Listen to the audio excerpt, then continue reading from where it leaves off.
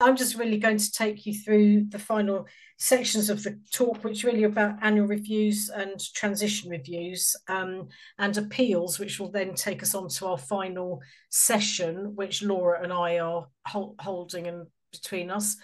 I will just be really reading out. I appreciate some of you will be able to read this yourselves, but just for those of you who may not be able to, in terms of annual reviews, once you have got this robust plan that Lynn has just talked you through, paragraph 9.167 of the SEND Code of Practice states that as part of the process for the annual review, the local authority must collect information about the child's performance and ensure that, sorry, I've lost past my slide here, assess to ensure progress and access to teaching and learning, needs to review the child's special educational provision. I've got a malfunction going on here, sorry, to ensure it is effective. Review the child's health and social care provision, check that the EHCP is still appropriate and whether any changes should be made or whether the EHCP should be discontinued. As Lynn said, that's rare during an annual review. Review interim targets and set new ones for the coming year and agree new outcomes if needed. And then we'll go on to the next slide, please, Ellen. I'll try and get it up here too. And in terms of transition reviews, so these are reviews at year 6 moving into year 7, year 11 moving into year 12, and then sort of, post 16 onwards, as it were. So the EHCP must be reviewed and amended in sufficient time prior to a child moving between phases of education.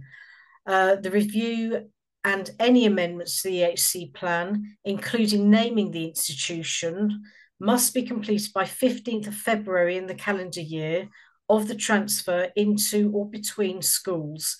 The key transfers are early years provider to school, such as nursery to school, infant school to junior school, primary school to middle school, primary school to secondary school, and middle school to secondary school. So there's all sorts of permutations of transition, but it's obviously in the main from one different educational setting to the other. Next slide, please. So the EHCP must be reviewed and amended in sufficient time prior to a child moving between key phases. For young people moving from secondary school to post-16 institution or apprenticeship, the review and any amendments to the plan, including specifying the post-16 provision and naming the institution, must be completed by 31st of March in the calendar year of the transfer. So it's those two key dates. There's a date in February, date in March, and these fall generally earlier than in time for the actual planning of the transition to be made. And you might find that you're out of sync with all the other children in your child's class because things happen a little bit differently if the child's got an EHCP, but they tend to happen sooner, so there's more time for planning and for consultation with the schools that the children are moving on to. And then we go to the next slide, please. So if all else fails, we end up appealing. This is certainly what Lynn and I do, and what a number of other, I know Laura, who's here today, has been involved with appeals as well.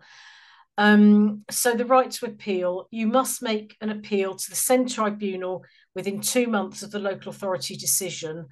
And everything, the time starts ticking from the moment you get that letter, either through your email or on your doorstep, that says, we're not going to do what you want us to do for your child. So I think we've covered this a little bit already, but what can you appeal? You can only appeal certain parts of the education healthcare plan. You can appeal what is written in section B, describing your child's needs, what's in section F, which describes the provision offered to your child, section I, which states the education setting for your child. And the appeal process, as it says here, there's 3 points at which you can appeal the process during, that's as in the EHCP process.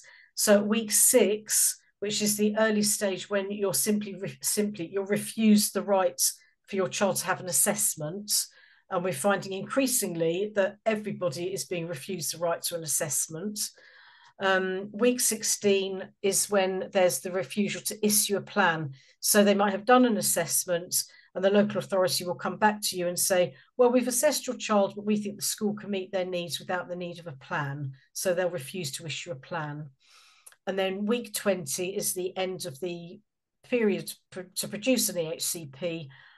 They will produce you an EHCP. And if you're not happy with the content of the plan, you can appeal at that stage. And that is all stated in the letter that the local authority will send you with the completed plan, or at any of those stages, they'll explain that you have the right to appeal. And they'll give you advice and signposting as to who can support you with that. So that's that bit. The final slide, or penultimate slide, I think it is. So we hope that we would like you to have understood what a good EHCP looks like, having listened to us this evening. We hope you know what you can do as parents to ensure the plan reflects your child's needs and aspirations. We hope you feel more confident in identifying the appropriate professionals who are required to inform your child's EHCP. And we hope you can identify whether an outcome or statement of provision is specific and measurable. I mean, I caveat all of this with, I'm afraid to say it's easier said than done. This is the ideal. This is how it should happen. And these are the strategies we want to give you to furnish you with the kind of the confidence as much as anything to say to your local authority, assessment planning officer, or whoever else, or your schools, you know, these are your rights and this is what you can ask for your child, and not be shy in coming forward about that. So this brings us to the end of the evening. We've covered a lot of ground, but hopefully you've found it helpful. You will have all of these slides sent out to you, as we've said already. There's a few minutes. We've got about 15 minutes for questions. I know there's a few that have come up through the chat box. And just to reiterate and remind that the next session, session 3, is on 25th of November at 7 o'clock.